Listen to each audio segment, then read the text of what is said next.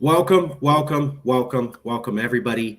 Thank you for joining us, part of our continuing discussion with writers, reporters, journalists, activists, anybody on the left, on the right, in the middle. We don't care what your agenda is, what your perspective is. We just want to provide it unfiltered directly to the public so that you, the public, can think for yourself. With us today is an activist. He just completed a road trip last March, and he went to 10 campuses in 10 states on how we could have a conversation. He works for Bridge USA. This is Manu Meel, CEO of Bridge USA, based out of San Francisco, California. Manu Meel is the CEO of Bridge USA, a national organization working to engage, educate, and inspire the next generation of civic leaders. Bridge USA works to foster spaces of ideological diversity, promoting a solutions-oriented culture and values of empathy and constructive civic engagement. The American promise value of cross-partisan collaboration to enact large structural reform aligns perfectly with Bridge USA's mission to bridge the growing political divide. Focus on that phrase, the growing political divide. Bridge USA, the reason I reached out to him is that it's an organization that was created, inspired, birthed, catalyzed from political division. And the entire point of the series is to document political division. So we're going to be talking to somebody who formed an organization directly into response for the increasing political division we find in the USA today. Here's how we got started. Anger and violent protests on the campus of the University of California, Berkeley in 2017 over a planned visit by right-wing provocateur Milo Yiannopoulos inspired then freshman Manu Meel to establish Bridge Cal, the third chapter after Notre Dame and University of Colorado Boulder of a nationwide 501c3 movement on college campuses that aims to promote democracy, not partisanship. Interesting. After graduation, Meel became the national lead of San Francisco-based Bridge USA as it expanded to 43 chapters in 19 states. Meel launched Bridge National Summit in April 2018. There's a little bit of Bridge USA and some of the beautiful faces of people behind this, and they're trying, based out of Berkeley, San Francisco, the Bay Area. So with us is Manu Meel. Before we got started, Mr. Meel, did I get anything wrong? Was there something I need to correct? Did I say anything improper or incorrect about your background that needs to be corrected now? No, Marcus, I think that was right on, and you've done something that my parents always tell me not to do, which is raise expectations. I'm here. I'm not up for someone being funny about such a serious topic. And, well, you got to have humor. You got to have humor. It's a very serious topic, but humor is important, you know. You are an activist. Is it okay that I characterize you as an activist versus a politician or an academic? I am 24 years old. So putting me as a politician would be a little tough. I might not make it on most legislative assemblies or ballots. And then activist, I mean, that's a loaded term, man. You know, it's a loaded term. I think in our very political and polarized environment, as you know, Marcus, it means stuff, right? But I think most importantly, I'm just here to help. I'm just here to help, and I'm here because I think that there's young people across the country, right, left, blue, green, doesn't matter, that are wanting dialogue and conversation to have constructive engagement. And so my passion and purpose is to elevate and empower them. So that's what I'm about. So whatever you want to call that.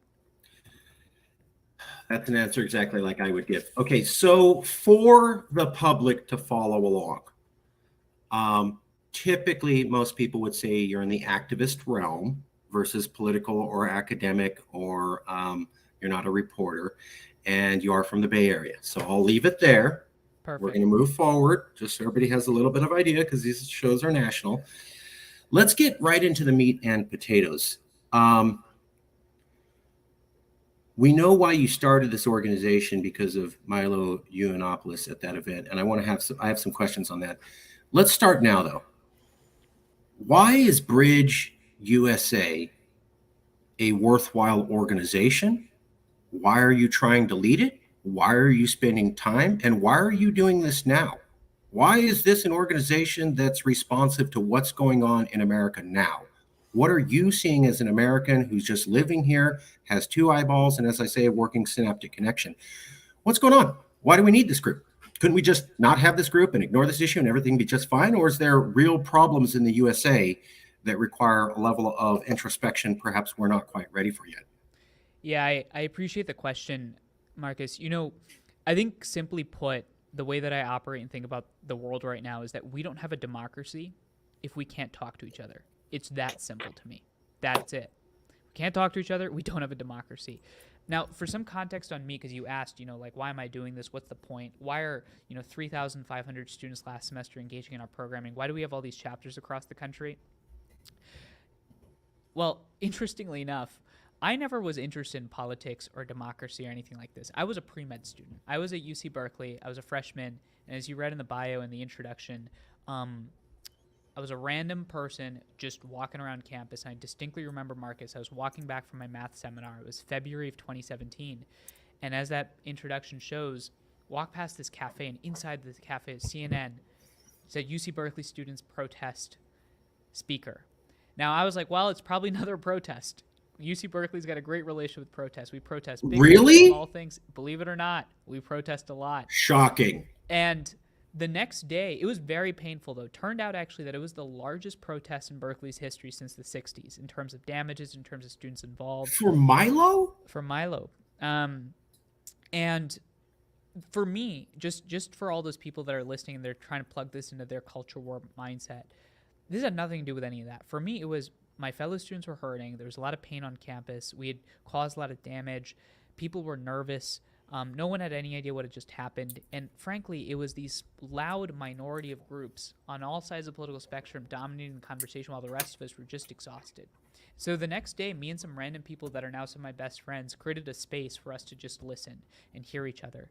And there was already efforts out, believe it or not, at Notre Dame, Bridge Notre Dame, and Colorado Boulder, Bridge Colorado Boulder. They reached out, they say, hey, you should create this thing called Bridge Berkeley. And so we all got together, we created it. And turns out that if you actually host a dialogue that's moderated with people that are there for good faith and want to listen and engage, you can get really far. And that's why I do this work, is because I think that we're living through one of the most tragic moments in American history, a moment where we're both very incredibly connected and also oddly incredibly divided. And yet, my hypothesis in all this, Marcus, and then I'll turn it back over to you, what I learned on this road trip is I don't actually think we're that divided. That's my great sort of naive, optimistic take on this moment that many people would say. I actually believe that we live through not the great divide, but through the great misunderstanding. The amount of times I've met people all across the country, young people, old folks, conservatives, liberals, doesn't matter where they are, and most people want to live in a world where, their family's doing better than them, world where their country cares about them, place where they feel like they can make a living so that they can pass off to the next generation. It's not that complex. And so to me, the biggest question of this moment is, well, why is it that we seem so divided? Okay. Let's go big and then we'll go small. Sure. Why? So I think what you're saying is, hey, there was some real division in there at Berkeley, kind of got my attention. I started this group, found out other people were concerned about the level of division. Then I traveled to 10 states, 10 universities. And what I found is when I actually met people, we're not that divided. So if that's what you're saying, why is it that people feel there's a level of division versus when you actually go talk to people, you don't see that level of division? Why do we have the dichotomy? Because I think it's perception versus reality. Most people you ask don't even remember the last time they had a conversation with someone that they disagreed with in person, other than their family member. Like the amount of times people say, well, we're so divided, and then I ask, when was the last time you talked to somebody that you actually disagreed with? Usually we're not even having these conversations. Most people are just trying to live their lives. They're trying to move on. They're trying to make a living. They're trying to progress. They're trying to go paycheck. They're trying to just have a stable family. And what's fascinating is when we have these conversations, these dialogues, Marcus, time after time, we would see that, of course, there's real value differences. Of course, people have moments where they're like, well, I don't agree with that person. But I think most people do agree on this very basic precept, which is that I think we need to be open-minded instead of being closed-minded. I think we got to be tolerant of each other. We can't be exclusionary. I think we got to listen to each other and be curious and be ready to challenge each other's ideas. I think most people want to be able to solve the problems that are affecting tomorrow. where's the division? I think the division is in the perception. I think people give too much credit to a space like Twitter. Twitter's not real life. Real life is. So live in the real world and have conversations with those people. It is immensely inspiring and hopeful to me. Okay. So when you go out across America, what were the 10 states you traveled to? Do you remember? Yeah, we went from Minneapolis, and 10, it might be 9. We went from Minneapolis to Whatever, DC. whatever, Yeah, it's roughly. Minneapolis to DC. So we went from Minneapolis to uh, uh, Wisconsin to Indiana to Illinois to Pennsylvania. Then we went a little bit down south, and then we ended up in DC, Virginia, West Virginia, and then DC. That's all largely considered the Northern Rust Belt. I know Virginia used to be considered the South, but if you look at Northern Virginia, it's largely just a suburb of DC now. Did you actually travel to Louisiana, Alabama, Mississippi? You ready to hear about my second road trip? I didn't know there was a second one. So second road trip, and this is, you call me crazy, but I try to not live again in the online world and try to live with real people, right? And That's awesome. And so most recent road trip was from Austin to Boston. So went from Austin, Texas to Lake Charles, Louisiana, to New Orleans, to Meridian, Mississippi, up in Northeast Mississippi. Then we went to Selma, Alabama, Decatur, Georgia. Then I flew up to North Carolina because my knee gave out. And then we ended up in DC and then Boston. And on that trip, again, met, conservative pastors in Georgia, met liberal students in Austin, met black activists in Selma. Again, the conclusions. I don't know what's going on, man, but that's why I think the work of Bridge USA and a lot of other organizations is important. So Bridge USA did a road trip through the Rust Belt and then a road trip through the Deep South and found the same thing when talking to people along the way. There isn't much division. Okay. And I think the important thing there is, I mean, I'm of course being a little bit glib about the fact that there isn't complete division. Like, of course, people find different lifestyles and different values, but what I'm looking at it from is from a 30-foot thousand level. Like, what are our values? What do we care about? What are the pains that drive people?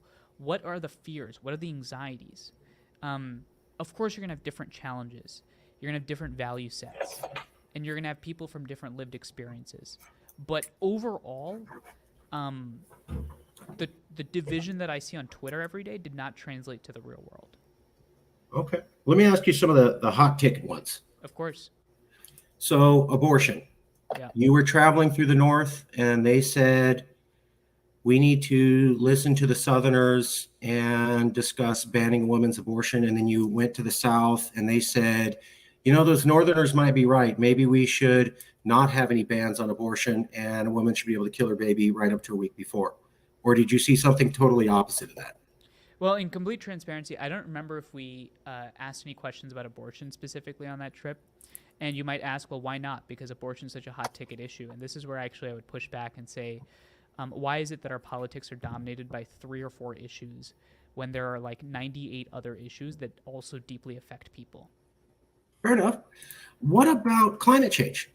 Yep. You went to the South and you said, hey, and the Southerners said, you know what? Don't buy Fox News. We Southerners believe in climate change. We know it's caused by man, and we totally agree with you Northerners. Is that what you saw?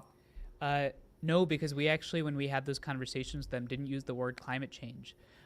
So when we had the conversation and again, transparently, that road trip through the South was just me. It was me. And I actually write about this a little bit. And so it would be unfair to say like the Bridge USA, the organization, went on this trip. It was just fair enough.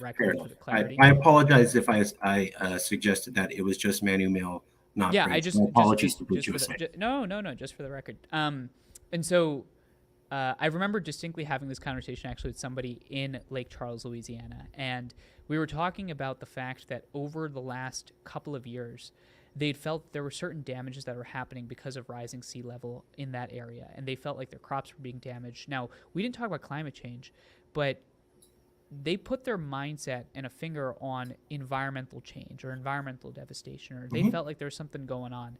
Now, instead of litigating the debate of the IPCC and climate, what I found through that conversation, and we find these through bridging conversations across the country in these different campuses, is if you can reframe questions and topics to get past our like these partisan filters, the red flags, like if I told you like, I believe in climate change, you and I are immediately going to think one thing or the other, right? Or I Sure. believe in abortion, or I believe in gun control, whatever the case might be. So Mhm. it's to try and get past those partisan filters to have an honest conversation about what people are seeing and operating with and dealing with.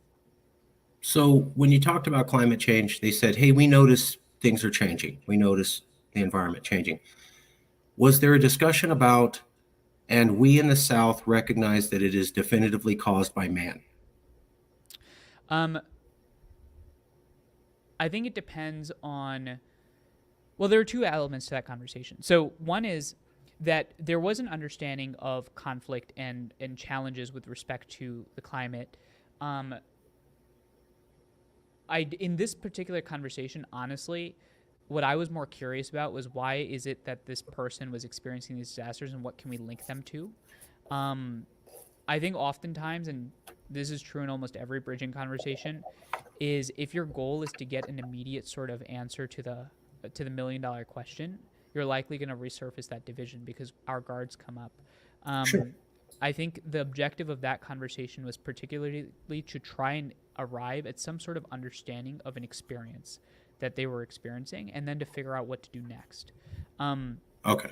So there the was the only other piece I would say, actually, though, that was quite evident in a lot of these conversations is honestly most people were like, I'm curious what I like. Most people are just like, I don't feel qualified enough to answer this question. Like that was the other fascinating piece of these dialogues was people were like people which is so funny to me in the media. Like in the media, I feel like everybody's got to have an opinion on everything all the time, and you provide your hot take, right? In these one-on-one conversations, uh, like a lot of folks are just like, I don't have the answer. Um, right, I want to learn right, more, right. you know, Did and you? especially they want to learn more from people that aren't trying to push an agenda, right? They're just trying to Uh, explore the question. People Fair like you, enough. yeah.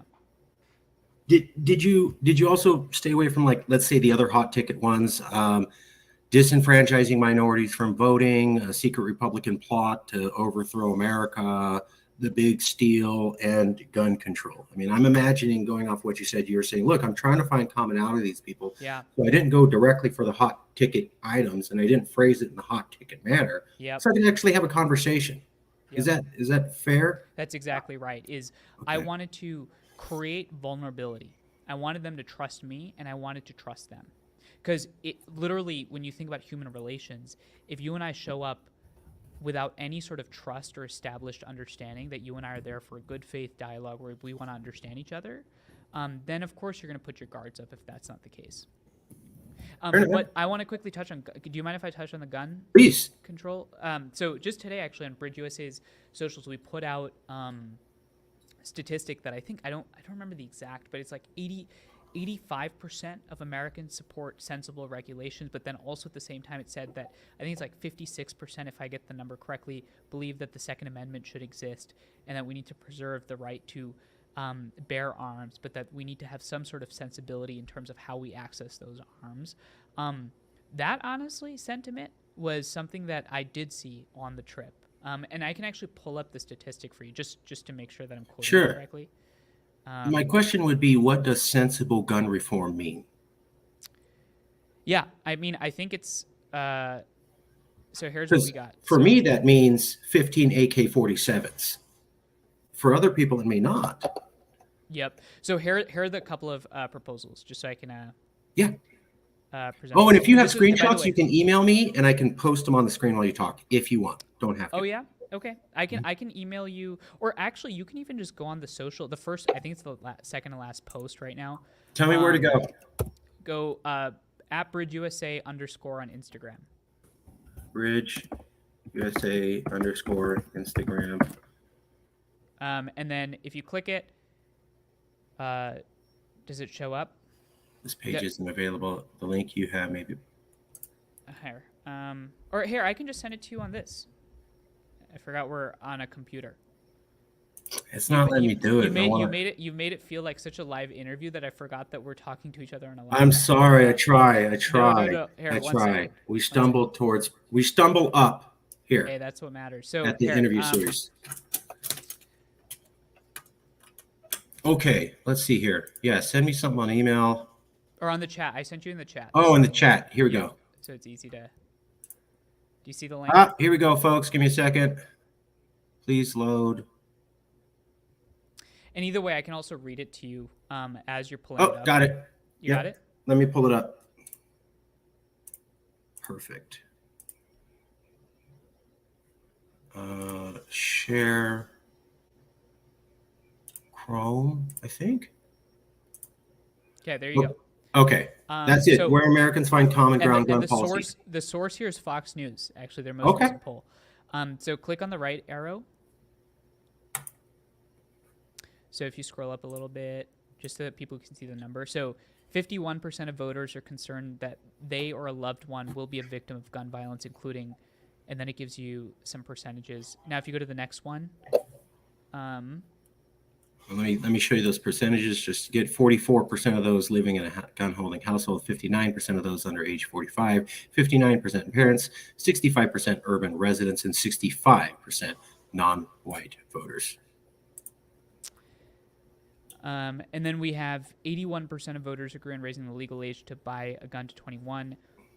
81% support improving the enforcement of existing gun laws, which, to your point, it's a great question. When you do dig deeper into sensible gun regulations, that's where some of those disparities arrive, right? And I think that's a fair question. But I think the main point here is, and then if you click to the next arrow, so 87% of voters support requiring criminal background checks on. I have heard that. I have heard that. Yeah, absolutely. I have heard that. Now, point of this just for your audience is honestly, like, I don't think it makes sense for us to spend too much time on just like the gun question, but I think the broader argument that we would try to make and I would try to forward is to anybody that feels completely hopeless about the state of the country and how divided we are. I think it's important for us to remember that honestly, a lot of people in the media industry, in our leadership, just have zero incentive to actually solve problems, and they have every incentive to divide. There's a ton of money in it. It's easy, it's simple, it's straightforward. So people in America, the American people themselves, aren't really polarized. Is that fair? Is that roughly what you're saying? So here's what I'm specifically saying, if we got very specific on this, is there are real differences in opinion and there's real differences in people's values. But I think what binds us together is not so much agreement on issues, but I think generally an agreement on temperament and mindset. I think most Americans want to live in a world in which we believe that we need to be open-minded. I think most Americans want to live in a world where you and I can have a conversation like this and get to the bottom of an issue. I also think, and this might be a little controversial, folks, I think most Americans in the world, in our country, are willing to live in a world in which they don't have to realize the full breadth of their ideological agenda, where they're willing to give and take, where they're willing, most Americans, the majority of Americans, I would argue, are willing to live in a world in which they're not there to sacrifice everything we've got for an ideology. I think most people are doing that. Now, I don't have much data to back you on this, Marcus, just a bunch of youthful optimism and hope, but a ton of anecdotal experience is what drives me. Yeah. So most Americans are willing to give and take. Okay. And that's what we're here for, to get impressions. Manu Meel is from the Liberal Bay Area, but he has traveled throughout the Rust Belt states, and he's also traveled throughout the Deep South. He's actually gone and met Americans outside of California and in non-liberal places like the Midwest and the South. And what he's saying is that when you talk to people about what do we really care about, bread and butter issues, I think is what they called it. Kitchen table issues, I think is another phrase politicians use. People are generally agreed. You know, I want a good life. I don't want to get shot. I want my kids to be safe. But I think you're also admitting that, when you bore down into the details, it does become more challenging to find Yes. a commonality across. Is that a fair summary? I think it's a great summary. Okay. I would say two things. One is, uh, if you dig deeper into the issues, of course there's going to be differences, but the big point that I think we're pushing is we don't even let those conversations happen. We're not even incentivizing dialogues to actually address the polarization. I think all of us are just sitting back and letting the outrage of the internet take over and letting us feed into sort of the loudest voices. And I think our goal is to try and hash that out. The other thing I would just say is I live in San Francisco right now. Just for your context, I was born in New Jersey. I then lived in India for the first couple of years of my life with my grandparents. Came back here to my parents. Moved around almost every 2 years across the East Coast. Um, you know, I don't think I'm at all qualified currently to make sweeping generalized claims that are completely evidence backed about the American politics, but I don't think most people are. What I will tell you that I'm on a journey on right now is to help and better understand what it actually means to be an American from different people's life standpoints, from different people's perspectives. I'm on a journey right now of extreme intellectual humility to say, I don't know, but I have hunches and assumptions and beliefs. And I'm here to try and test those out. And almost every day, just before this, Marcus, just before this, the reason why I was late to your show, I'm sorry again. The reason I was late to your show, I was on call. I'm sorry, bro. I'm sorry. We had a lot going on today. I apologize. You've been awesome. Oh, no You've worries. been really awesome. Call right before this. I was on with 4 other young people. One of them was Jess, our chief marketing officer. Shout out to Jess. Other 2 folks. And I'll answer that question. Person named Stuart and person named Dennis from an organization called Living Room Conversations. 4 young people, different ideas, different beliefs, having deep conversations. We just got to live in the real world. I see I am 4IM's comments. I don't know if you want me to say. Oh, that's just no. You don't have to. This is just I post comments up for people. You don't have to respond to those unless I say it's just. It makes it a little bit more dynamic for people watching the view that they can see other people are commenting. So let me show you some charts and maps, if I may, and I'd like to get your opinion, if I may. Please. What part of India, if I may ask, were your grandparents from? They're from a state called. Well, I've 2 sets of grandparents. Mom's side are from a state called Haryana, just west of New Delhi. Okay. And then my dad's parents are from a state called Rajasthan, but they live in New Delhi. Oh, okay. Nice. Yeah. Nice. Yeah. God, what are the? I've always. What is the Silicon Valley of India? It's in the south. Bangalore. Bangalore. Yeah. I always wanted to go there. I heard that's a really Is nice. that what it's called, Silicon Valley? I did have an idea what you were trying to get at, but I didn't know that it's called the Silicon Valley. They call it the Silicon Valley of India. The India moved a lot of their tech. Yeah, and largely I heard it's because it has the climate most close to European or American climate. It's supposedly a lot cooler. That's what I've heard from many people I've met. That it's a lot cooler there, and that's why they put the tech, because they're trying to get techies from the West to go to India to help start their Silicon Valley. So they had to pick something where the weather was similar. So I've always wanted to go there. And Amritsar? Amritsar, yep, that's in Punjab. North, West India, bordering state to Haryana. Yeah. It's in Punjab. Yeah, I'm in Fresno. We have a gigantic Sikh community. The entire west side of Fresno is like called they have a name for it. I forget. But anyways, let me show you a couple charts. Please. Now, this is called the Big Sort. Yep. Have you heard of the Big Sort before? I have. Okay. Big Sort was documented by NPR going back to 2008, 2017, and in 2022. And they said that it's real. Before we get to it, what is the Big Sort? From my perspective, I think the Big Sort. From your perspective, sir. Yep. It would be very unbridge-like of me to just be like, I know Marcus.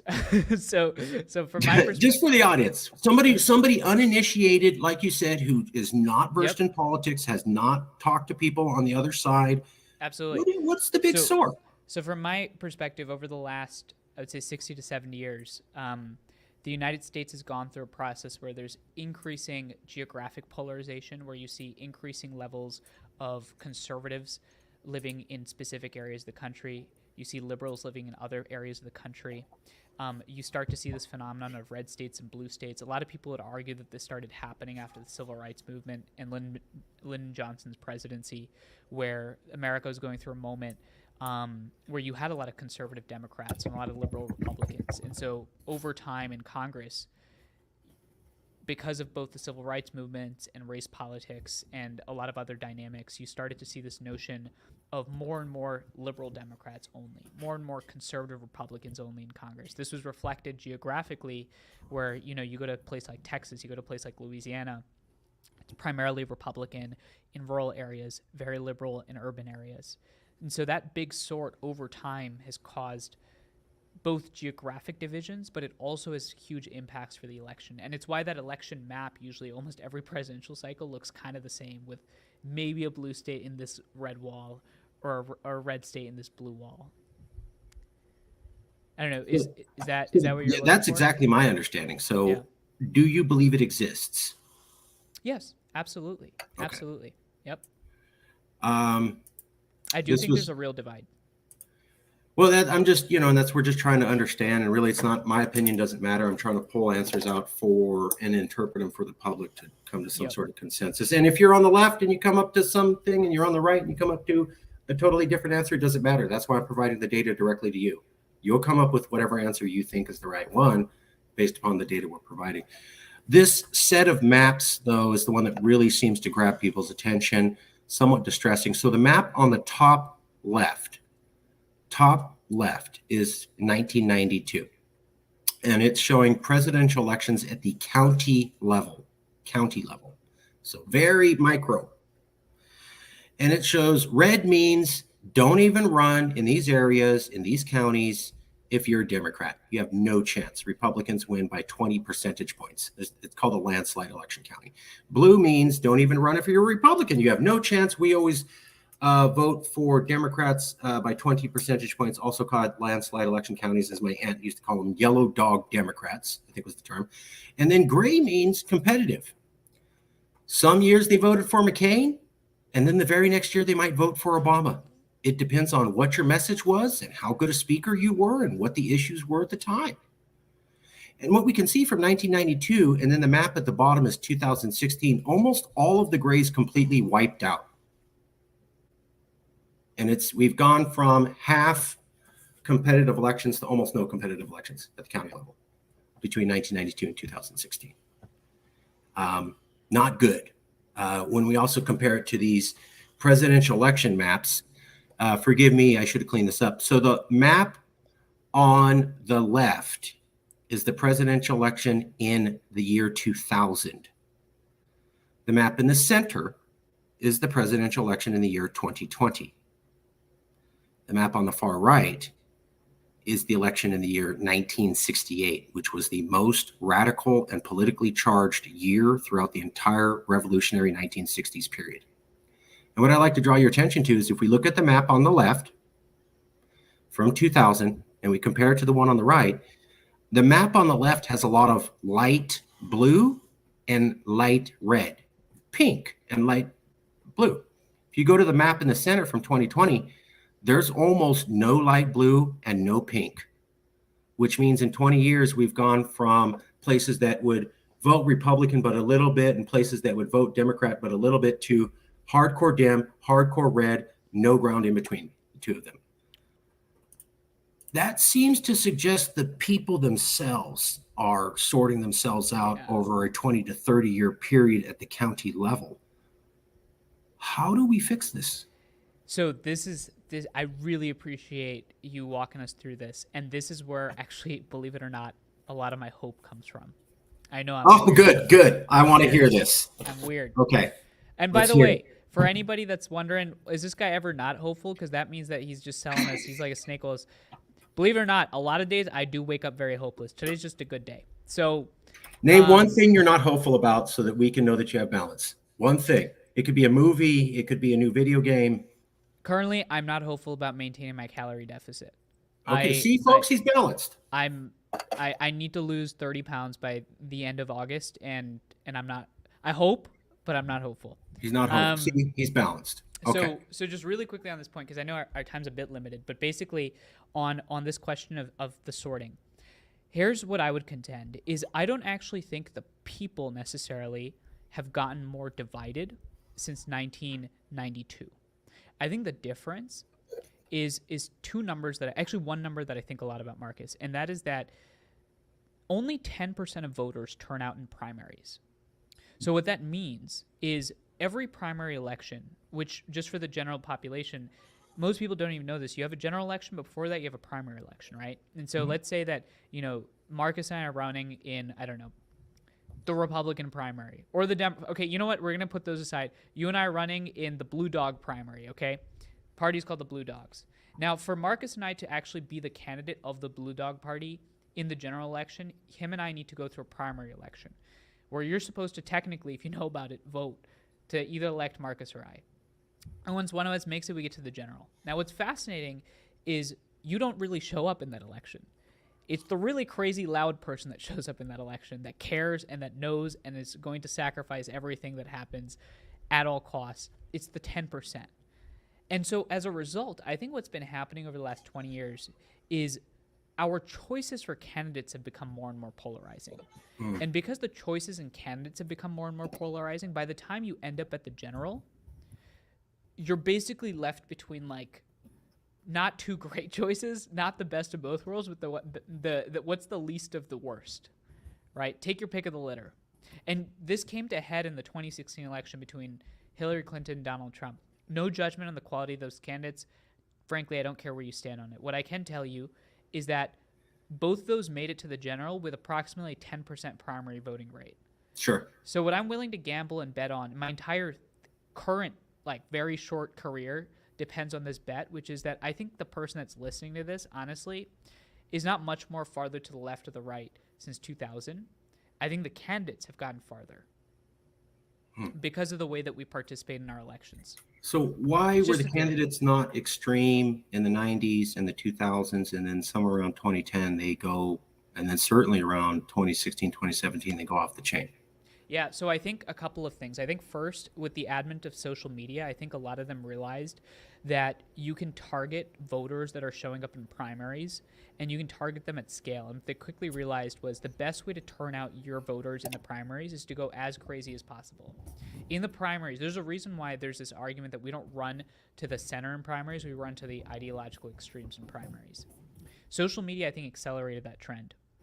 I think the second thing is candidates at that time, I think in earlier periods, take, for example, the presidents before George Bush. You take Bill Clinton, you take George H.W. Bush, take Ronald Reagan.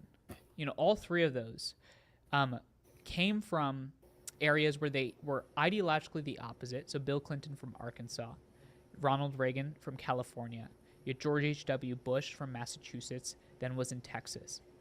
All three of those folks in the general had to appeal to the center to win the majority of the votes. But that was only because they went through a primary process where they weren't necessarily speaking to the extremes of the party. The last quick thing I would just say is I think at that time, I think you weren't rewarded as much as you are rewarded today for staking out extreme positions. Because I think the incentives are different. I think for you to gain the biggest following on social media, you say the craziest stuff. For you to gain the fastest run through the general, you say the craziest stuff. So that's my general assessment. Is, of course, I think people are getting a little divided, but I also think it's because the candidates are. The big sort goes back to 1992. Social media wasn't a problem till around 2010. How were we sorting ourselves 20 years before social media became around? So I think between 1992 and 2010, I think one of the other big trends that is unnoticed in this map and unnoticed in that analysis I just offered is globalization and the difference in our jobs. I think between 92 and 2010, you have increased outsourcing of jobs. You have increased concentration of wealth in urban city areas, which means that people that are service sector jobs are more likely to go to those specific areas. You have the advent of the fact that a lot of jobs in the service sector require college degrees. where are most of those quote unquote elite colleges that drive people in those areas? And so I think over time, what you have is you have concentration of power in cities. That concentration of power disproportionately favored people on the left. And then increasingly, you also have a general trend towards that polarization. The only other thing I would say is this map does not show population, it just shows ideological affiliation. So it makes it look like there's just millions of conservatives all across the middle of the country and like three Sure. Democrats on the left, right? And the reason why I just raised that point is because the population differences here have a huge, big indication on this geographic sort. So you Sure. have, yeah. So that those are a couple of the other, I think, causes of that. Sure, but I would just counter that even if conservatives are a third of the population of America and liberals are two-thirds, it doesn't matter if conservatives control 30 states because the Constitution allows states, not people, rights. I've always had this debate with people. States are the way it's designed, and you would have to convince about 30, 35 states, hey, give up your guaranteed equal number of senators, and you don't get the electoral college, which means basically big liberal cities could basically ignore everything you have to say and you could never win a vote for the rest of your life again. And that's a level of power you've enjoyed for 2 centuries, but you should give it up for the good of the country. We have to convince 35 states. So, oh, yeah, your population. I mean, folks, we've done this twice. We've done this twice. We did it with Bush. We did it with Trump. The guy who did not win the popular vote won. And people were coming and go, how did this happen? And I go, because states have rights and people don't. And states win elections. Yeah, well, I would I think without getting into the debate, that's a very philosophical debate that I could nerd out on Sure. about who's got rights in our society. But the one thing I would say that I hear you sort of underlining is there is people are voting with their feet. They are moving to different places. They are generally concentrating in different areas. And why is that happening? And the way that I think about this is I think people have increasingly become, I think people just are scared of each other. I think people fear each other. I think there's agree. growing mistrust across those ideological lines. I mean, the reason why we build our chapters is because we're establishing the civic fabric that is rapidly fraying. The amount of local associations you have where people of different perspectives actually can hear each other, see each other.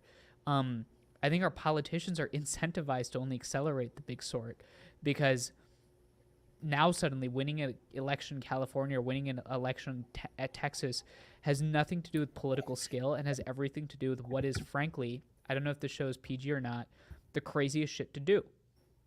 And if that's your incentive structure, then that's what you're going to get.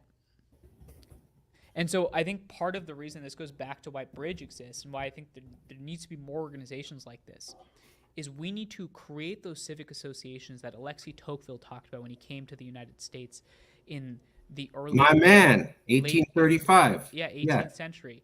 And he specifically talks about this notion that we need to have voluntary political associations. That's what makes America so special.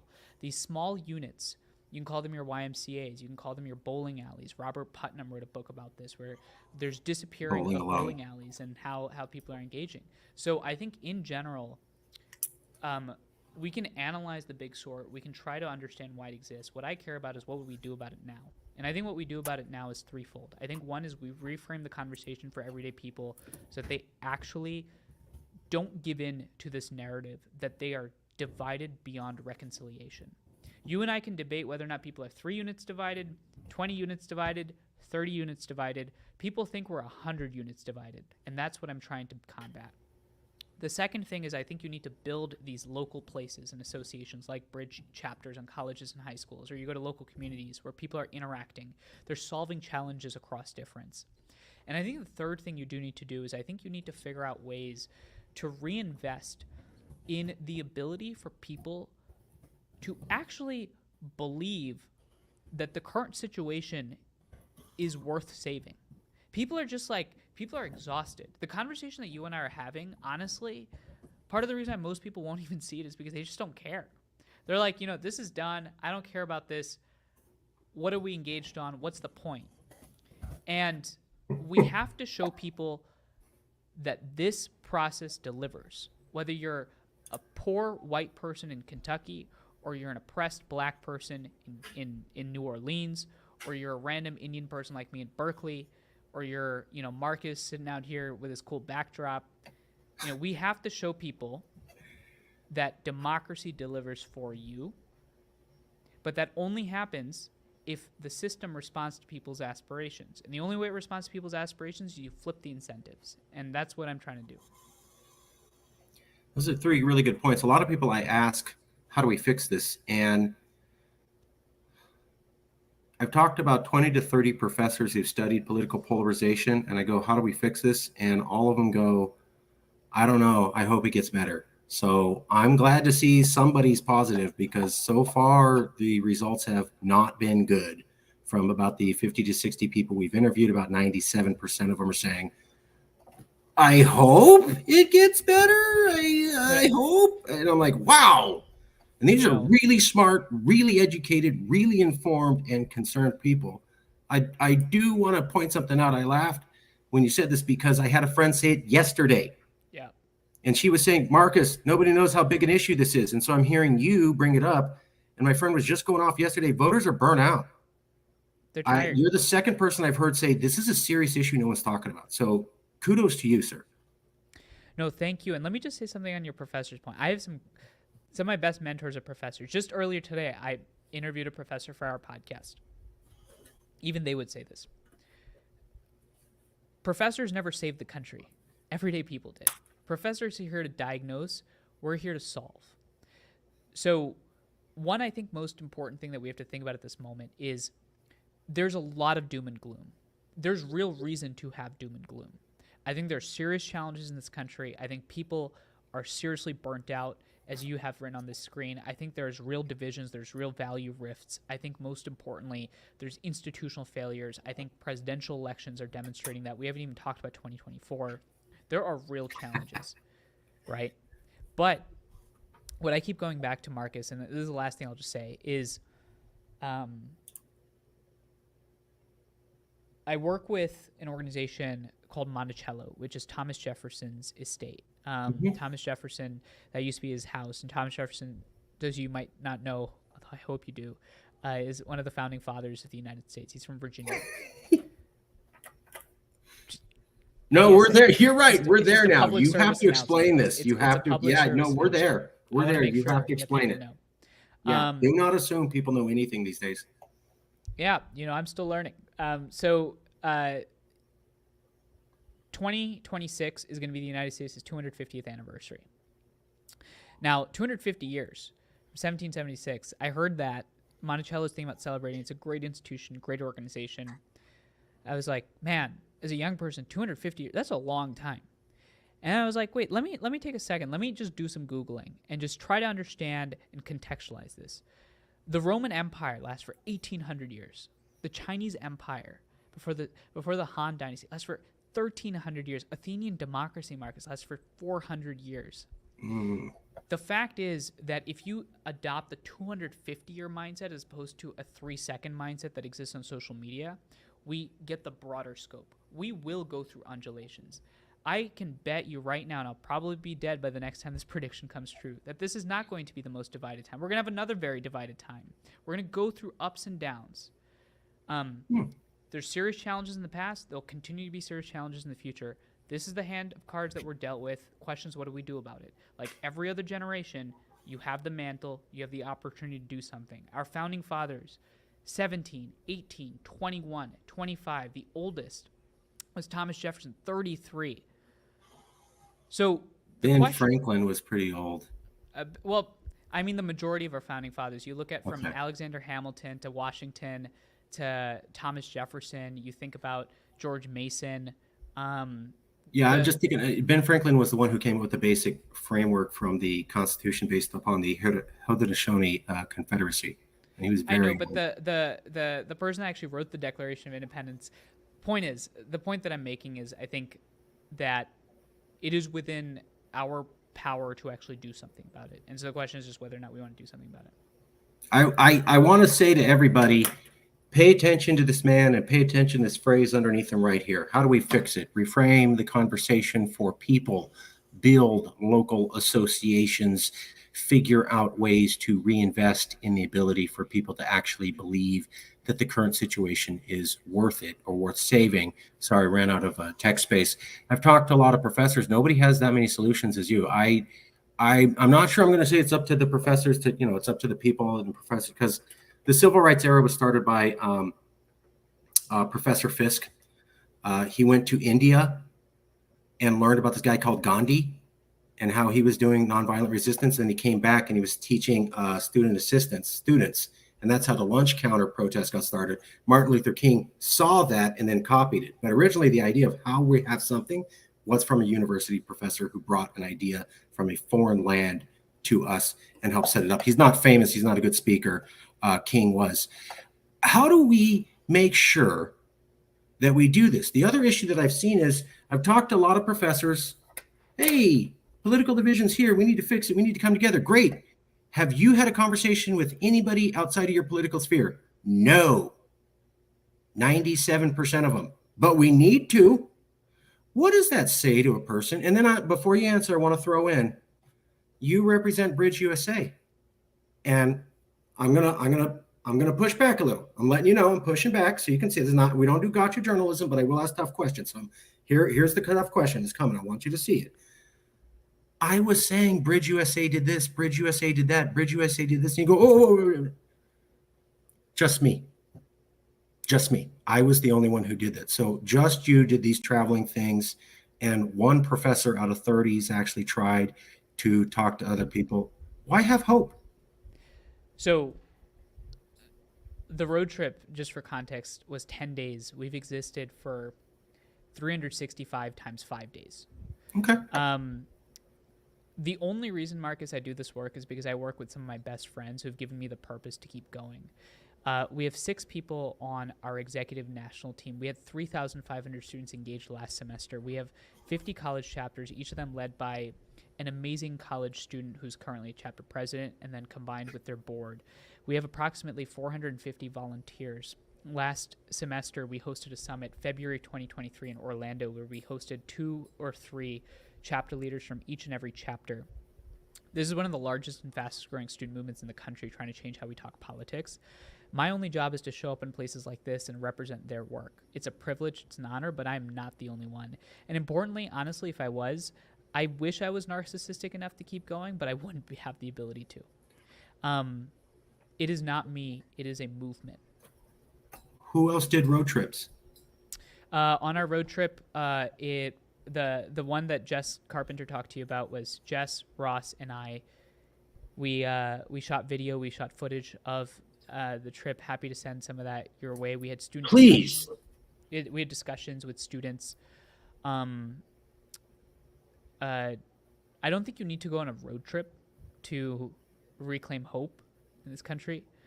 I think what you can do is, I agree with you. You don't have to, but I'm noticing, yes, impressive organization, a lot of students involved. And I got to say, it's the most positive thing that I've heard doing all these interviews. My hat is off to you. If there's a chance America stays together, it's literally going to be because of organizations like you, and maybe literally because of your organization. Like I'm saying, I'm not saying this. I'm not saying. And so I'm asking you, who went on the road trip? Oh, no. It was me and 2 other people.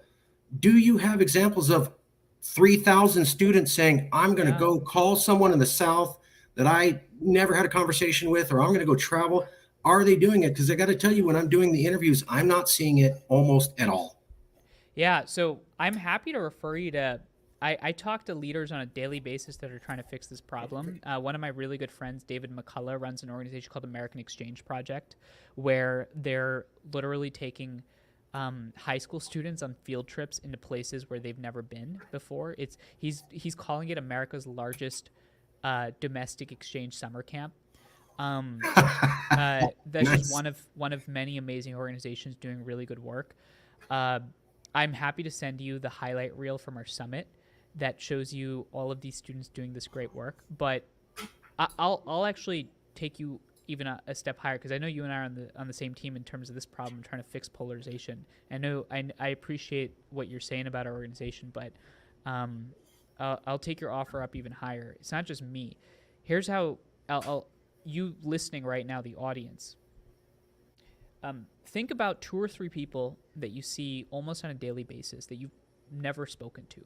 Could be your grocery store owner, could be your doorman, doorwoman, could be the person that delivers your packages, maybe the mailman. And the next time you see them, I want you to have a conversation with them, just like any normal other conversation you'd have. Just ask them, like, hey, how's your day going? What are you up to? Strike a conversation, strike a dialogue. Ask them, it's crazy times. What do you think about what's happening? I'm sick and tired of how divided our politics. Like, what do you think about this? I guarantee you those conversations, I guarantee it, are at worst going to go nowhere. They're going to think you're a weirdo. Happens to me all the time. But at best, it, again, reignites your possibility and hope in what is possible. Because our entire perception of the current world and our environment is based off of YouTube videos, off of Twitter. Here's another statistic. Just like we said, 10% of people vote in primaries.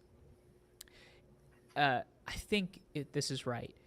From last I read, almost 80% of all user-generated content on Twitter is produced by 20% of users. That means that out of 10 people, 2 people are posting most of the content. So again, we're not living, I would say, through the polarization of the masses. I think we're living through the vocal minorities imposing their closed-mindedness on the rest of us. Could I show you a few more charts? Absolutely. And what's our time looking like? As long as you have.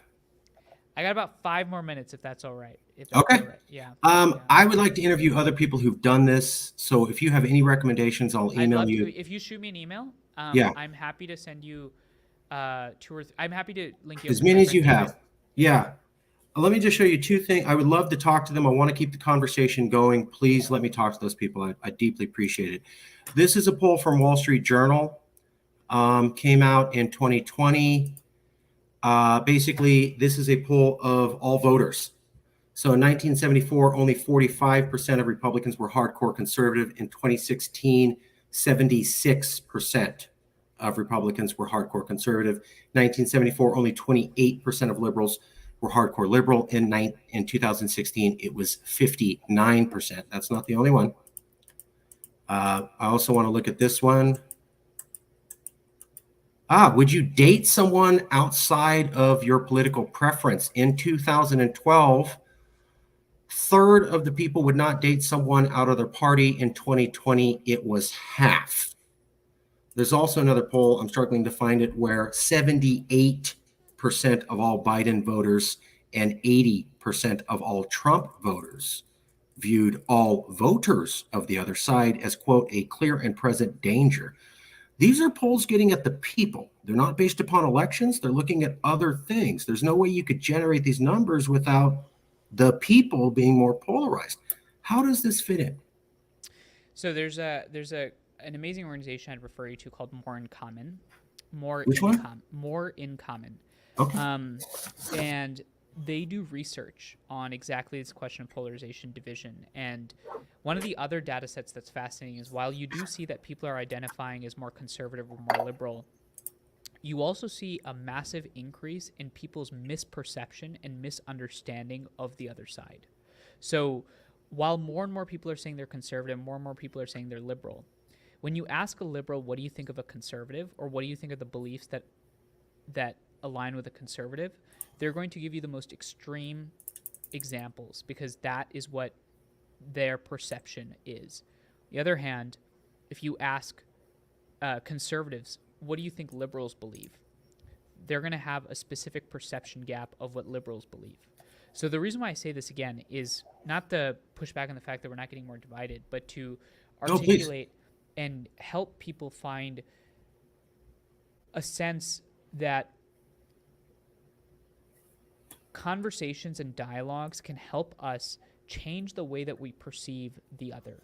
And right now, at every moment, we're taught to perceive the other in the most extreme character. Totally agree with that. It's like if you and I had a family dinner and you told me that everybody in your family is like your craziest uncle. And I showed up to that dinner and I was like, well, everybody's like a crazy uncle, so I'm going to treat them that way. And then those people are going to retaliate and go to even more crazy and extreme. And then you just have a political arms race to no end. True. True. Yeah. Yeah.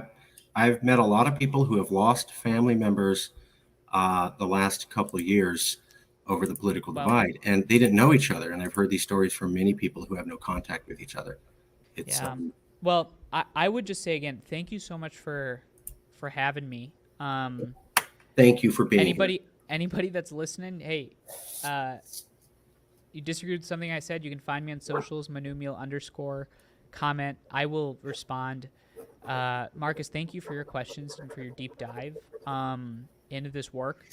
And for any young person or anybody else that knows young people, you have the option to make a difference.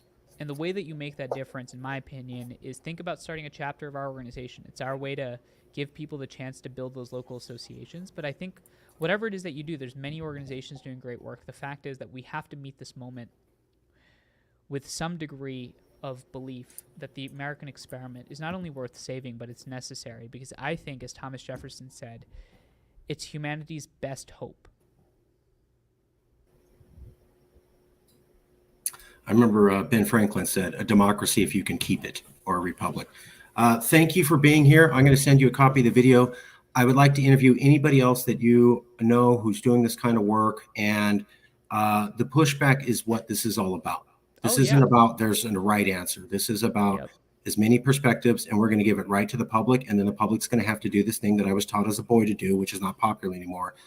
You're going to have to think for yourself.